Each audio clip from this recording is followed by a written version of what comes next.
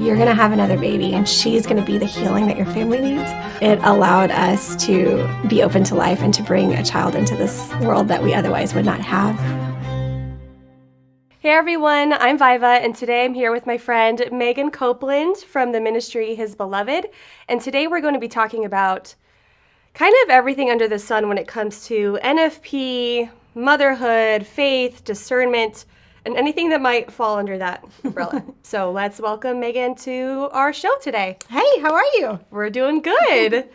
So one of the things, for those of y'all that don't know, Megan does her own podcast with her co-host Lindsay, and it's called His Beloved. And something really fun that they do on their podcast at the very beginning is they ask a really fun question. Oh no, you're about to turn this on me, aren't you?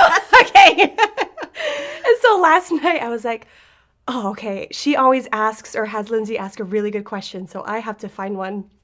And I must have been really, really hungry. So I like food questions. Okay. Yes.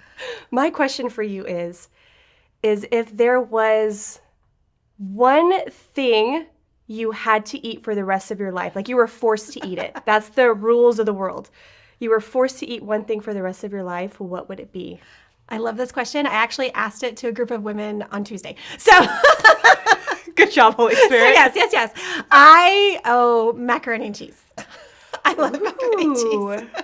Why? We eat a lot of it at my house, probably more than we should. Why? I don't know. It's wonderful. I mean, it's not healthy, but baked in a pot? No, like Kraft off the. My mom makes homemade macaroni, which is pretty great, but I don't want that every day. But like just the kind with like the squeezy cheese, not the powder cheese. The fancy Kraft. That's what I like. So specific. I know.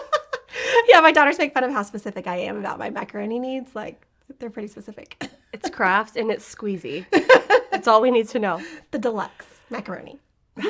That's amazing. Okay. I wasn't expecting Kraft macaroni and cheese, but I love the answer. Because my answer was going to be steak. Not because I love it, but because of it. Like, okay, then I wouldn't be iron deficient. Oh, yeah. I would have protein. I wouldn't wither away.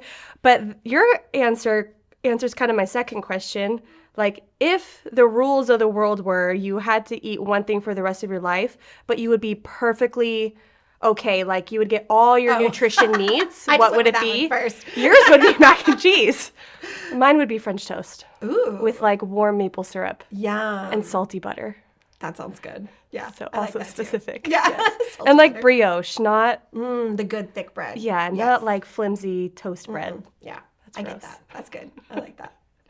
All right, guys, awesome. Well, so Megan, let's start off and just give us some rapid fire get to know you. Okay. I know you pretty well personally, but let's let people on the show get to know you, who you are, your family, and then what you do. Okay, so I'm a mom of 4 kids. My oldest is 17. My youngest is 4. Then we had like a big age gap between our last 2, which is super fun. And I'm married to my husband, Chad, and I'm a co-host of a podcast, His Beloved, which you already said. And then I'm also just an evangelist. Like I go out and I get to tell people about Jesus. It is so stinking much fun.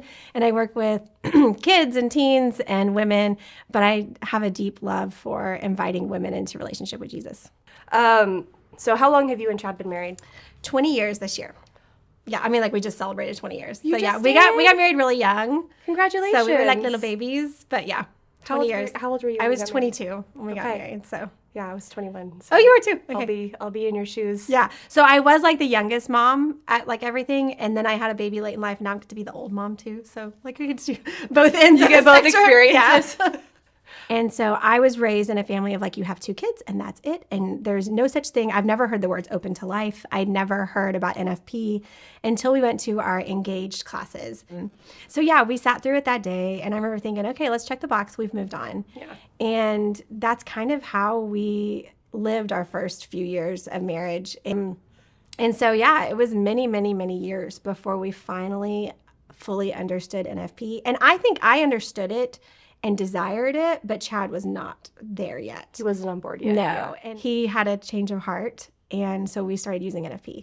So this is pretty far into our marriage. Yeah, that's 3 kids. That's 3 kids in. And of course, for my family who did not do life that way, they were lots of pushback, lots of confusion. They didn't understand it. you can be open to life. You can have more than 2 kids.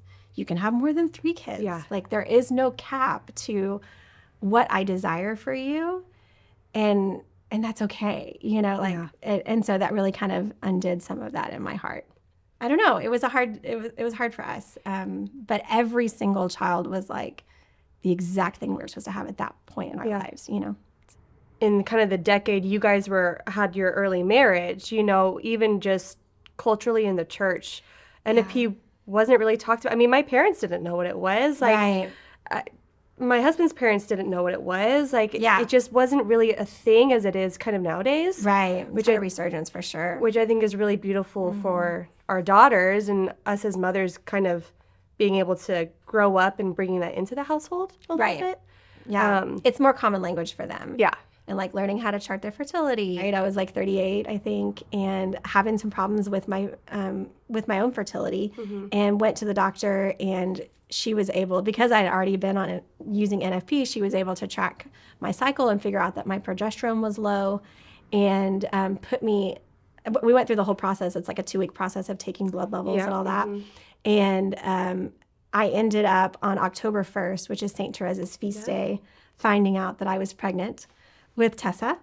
And at the same time, I figured out that my progesterone levels were low, and I called the doctor, and it was like the news all came in at the same time. Yeah.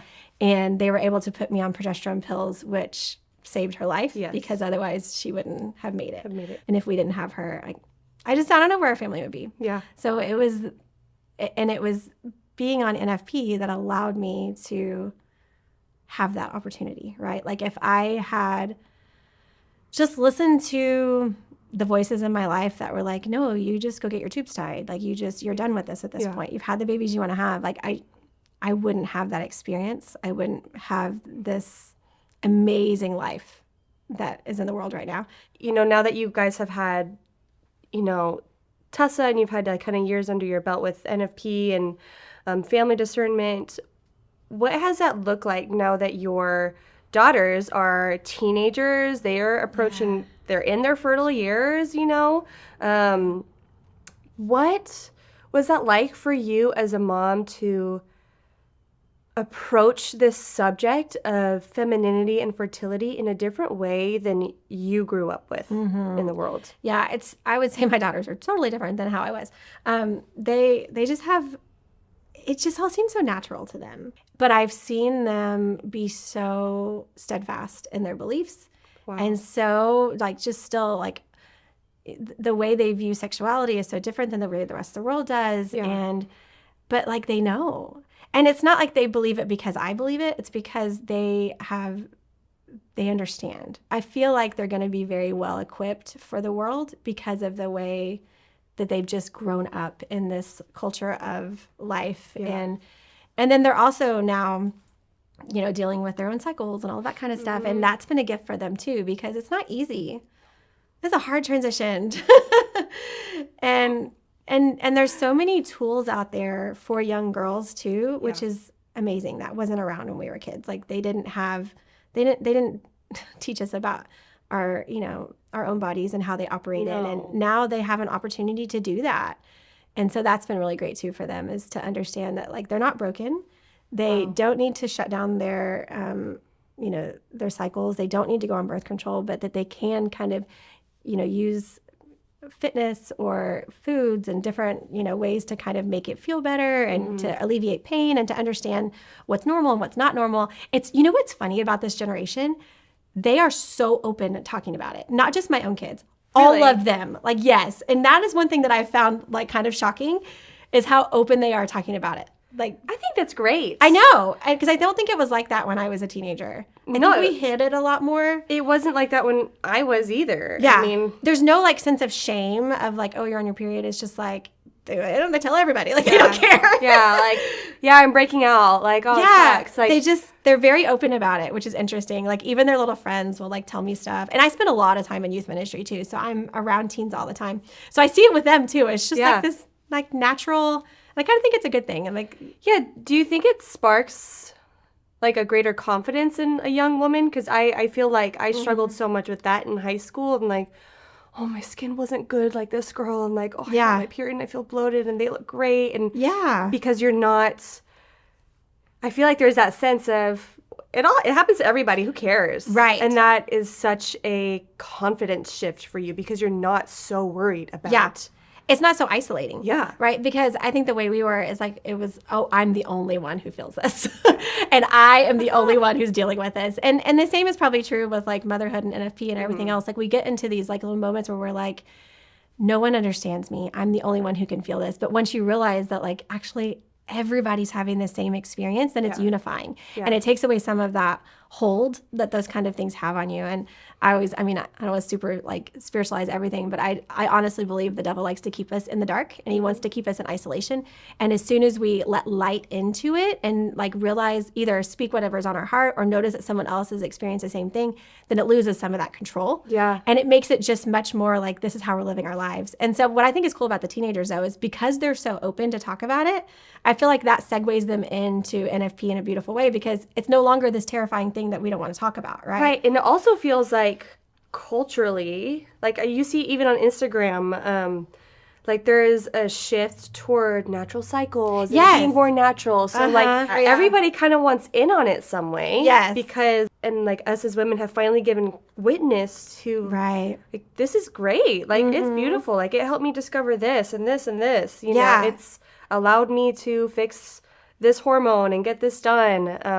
Yeah, and people notice, and then they're kind of drawn into that. Like, wow, what is that? What is this thing you're talking about? And then they're interested in it, and then they want to learn more about it too. Yeah, I think that's so cool that your high school girls are so open and free about it, and that they're almost like kind of excited about, you know, being able to take that into their own hands and to own it as part of their femininity. Yeah, and we still need more like trading. Like I realized I'm at that point now where I'm like, okay, we need to be learning. They need to be, you know, learning about it more, but they're open to it. So it's just a matter of like finding the time to do it. And before they go off to college, because I do think that's huge. Like being able to understand our cycles, like that just wasn't given to us as kids. Even to the point of like when I first started like trying to get pregnant, I did not understand how ovulation worked. Like no one had ever explained that to me ever in my life. Yeah. And I also had this like image of like, people can just get pregnant any day. It happens all the time. Like I didn't know, you know, like it was almost like we were kept in the dark because they were trying to keep teenage girls from getting pregnant. And so they just gave us no information whatsoever. And did not help. It did not help, no. And so I think, I think they'll be much more equipped than our generation was, so. So funny you say that.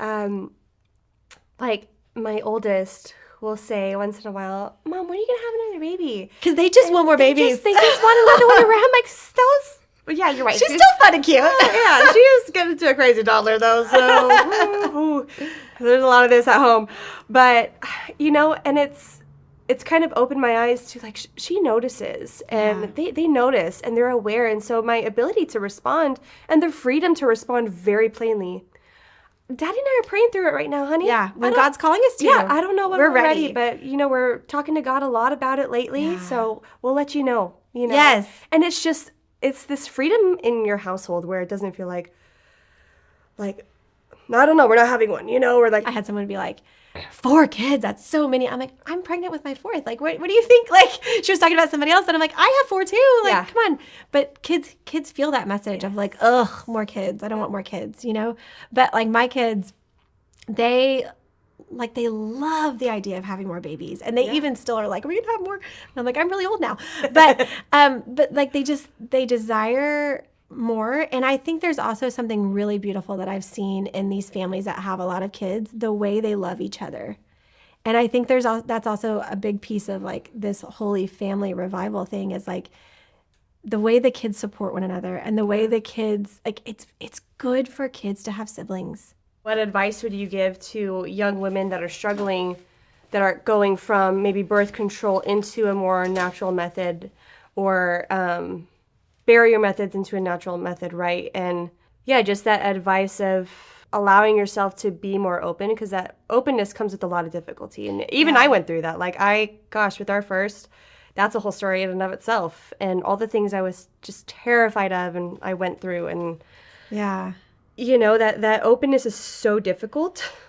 So what advice would you have for women kind of going through that transition themselves right now, that they're scared and they're like, I don't really care if NFP is effective. Like, it's still a scary thing to jump into. Yeah, I think for me, like I said, it was NFP week whenever we were like having this big discernment.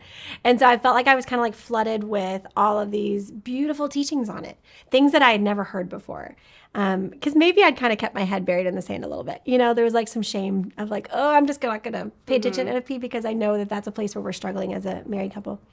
And, but there was all this beauty about like how it affects the communication in your marriage. And it was more than just efficacy. Like it was, this is a whole new life for your family. Yeah. You know, and for Chad and I, we didn't start on this kind of foundation of prayer. We got married, but then learned all of this stuff later. Anyways, we just had to like dismantle a lot of misunderstandings in our own minds and control in our own minds and learn how to trust. And I would say my biggest advice would be to like really take in all the beauty, right? There is beauty. It is not going to be easy. And I wouldn't over fantasize it, right? Like it's not going to be this amazing, everything changes and it's all perfect rainbows and roses, because I think if you do that, then you'll be frustrated. Yep. It is going to be hard, but through suffering, so much good comes out of that. And there's so much beauty that comes out of it. It may be hard, but it's going to be good, and there will be joy, and you can receive like with your whole heart because it's good. So yeah, that would be kind of my two things: is pray together as a married couple. Let this be an opportunity for you to grow in your relationship and your friendship. Surrender your heart and your marriage, and then don't place a lot of expectations. You know. Well, and I think too, for a lot of young women that might feel even too that this is what they desire, but they're afraid to vocalize that. Yeah. You know, I feel like that was me. Like it was something I desired, but I was very afraid to vocalize that because it was a very different choice than most people in my life. Right. And you feel very ostracized and isolated. And, you know, there's a flip side to it too, where women use NFP in order to heal and in order to conceive. And there's often times when they've done everything they can naturally, and their surrender is... it is also a very tough surrender, you know, of, all right, Lord, I want what you want. And whether it is a baby or it's not a baby. Right. That's so hard. There's a both and. Yeah. There's a both and to that surrender. And I feel like when NFP is preached to a lot of groups or talked about, it's always about, you know, this is how you can postpone kind of thing, versus it's also how you might be able to heal. Right. And then there's also surrender on the other side of that. Yeah, there's women on both ends of the spectrum that it's a hard cross on both sides. Like either you have plentiful children in your home and that is a hard cross, or you're waiting for this baby that feels like may never come, and that's a hard cross. But like he's in both places. It was very real for me, you know, that. And I think that's what's so neat about like my daughters too, is when they have problems, we can go in and say, can you help us with this? Yeah. And they have ways to help that aren't just put you on birth control, you know? And I think that's really powerful too. It's a gift that we have in our area. And I don't know that everybody doesn't have that option yet, but NAPRO technology is pretty amazing. You were asking earlier about our daughters. I can't remember the name of it. There was like a program that Couple to Couple League did. Okay. And it was for daughters, and it's to teach them how to like manage their cycles, and it teaches them how to, like, if they're having really heavy periods, how they do like a little assessment and figure out where they are and how they're doing. And I'm like, this is brilliant. Yeah, it's brilliant. Like teaching women how to heal through these processes. Like Kendra and I just sat there and we were like, oh, this is awesome. Like this is what we need as women, to be empowered to understand how our body works and to seek healing through it. I think is really cool. Yeah. All right, Megan, so tell us a fast version of how using NFP has changed you in your fertility, your health, motherhood. I would say it's created an openness between my husband and I. Some places where it was off like taboo that we couldn't talk about. It's made an openness in our relationship, in our like just, you know, connection between the two of us. But I would say most of all, it allowed us to be open to life and to bring a child into this world that we otherwise would not have. That changed everything for us because it gave us an opportunity to have this sweet little girl But I feel like our marriage has really transformed since then. We went from being, just having a very closed off, not much communication to there's a depth now that we never had before. Wow. That's beautiful. Thank you for sharing that. Yeah. Yeah, I think similarly with like NFP in our marriage, it's like nothing's off limits. Yeah. I mean, when you are talking about like cervical mucus and like, hey, when are you fertile this month? And like, oh, are you ovulating right now? Your husband kind of starts to see these signs if you invite him into this process with you, which I always tell young women, like, it's a process with both of you. It doesn't matter what method you're using. Right. Even like when we were using Marquette, it was like, oh, you see high, low, peak kind of thing. But he's the one that goes to check it. Yeah. More often because I just forget and I just leave it in there. He's like, oh, hey, you're high today, But it allows them to be in a part of your feminine world. Yeah. In a part that was like closed off to men for so long. Right. And it like takes away all the taboo. Like this is just part of our life together. Yeah. And part of this communication that we get to have. Because otherwise there would be very little communication about those kind of things if we weren't intentional about it. And it's cool that I'm like just now making this connection that of course that bleeds into other parts of marriage. Totally. And other things that feel like taboo or like just for the guys or just for the girls, It's like when you're talking about community and, being able to be really open and vulnerable with just like a close set of women, right? Brings the guys together too, because they have this like commonality. Yes. Because they're all on the same page, right? They're all, worried about fertility as well. Like all their friends. And they can talk about their struggles. Yes. Because NFP is so beautiful, but it can be really, really hard. Right. In a marriage. Yeah. And then it opens up lines of communication between them too.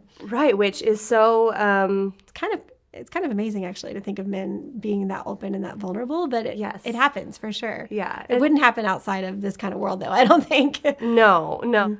So we kind of touched on this a little bit with teenagers and your daughters and how there's so much available to them. So what role do you see technology like the PeakDay app using for these young women to be able to dive into this world of fertility awareness? Yeah, so I think that's totally different for these girls than it was when I was a girl.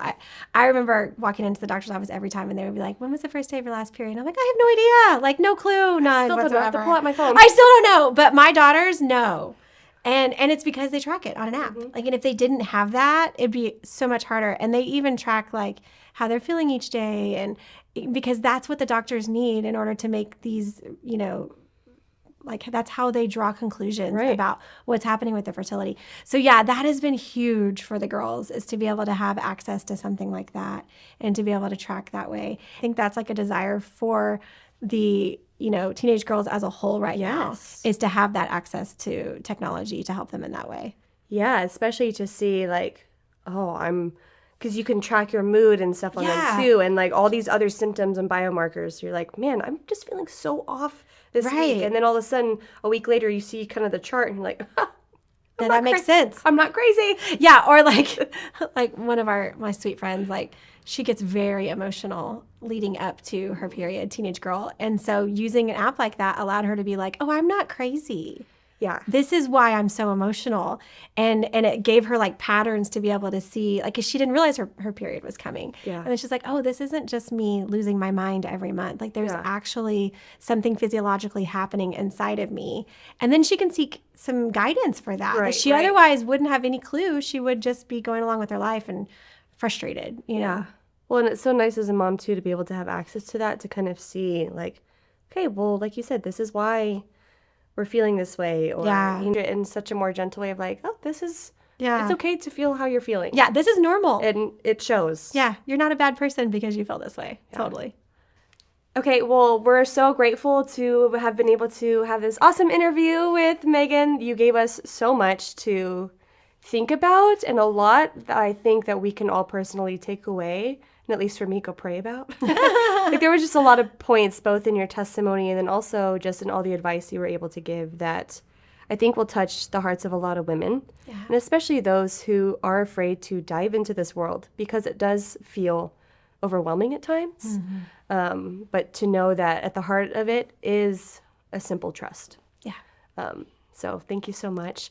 And then Megan, go ahead and tell us where to find out more about you, your podcast, your ministry. Yeah, absolutely. You can find our podcast on all podcast apps and networks. It's called His Beloved Catholic. I also have one for Catholic girls called Girls Arise. And that one is really fun. So if you have young daughters, you might be interested in that. And then you can follow us on Instagram at His Beloved Catholic or on Facebook at just His Beloved. And that's pretty much it. Awesome. And we'll make sure to include the website and some links in the show notes as well. Perfect.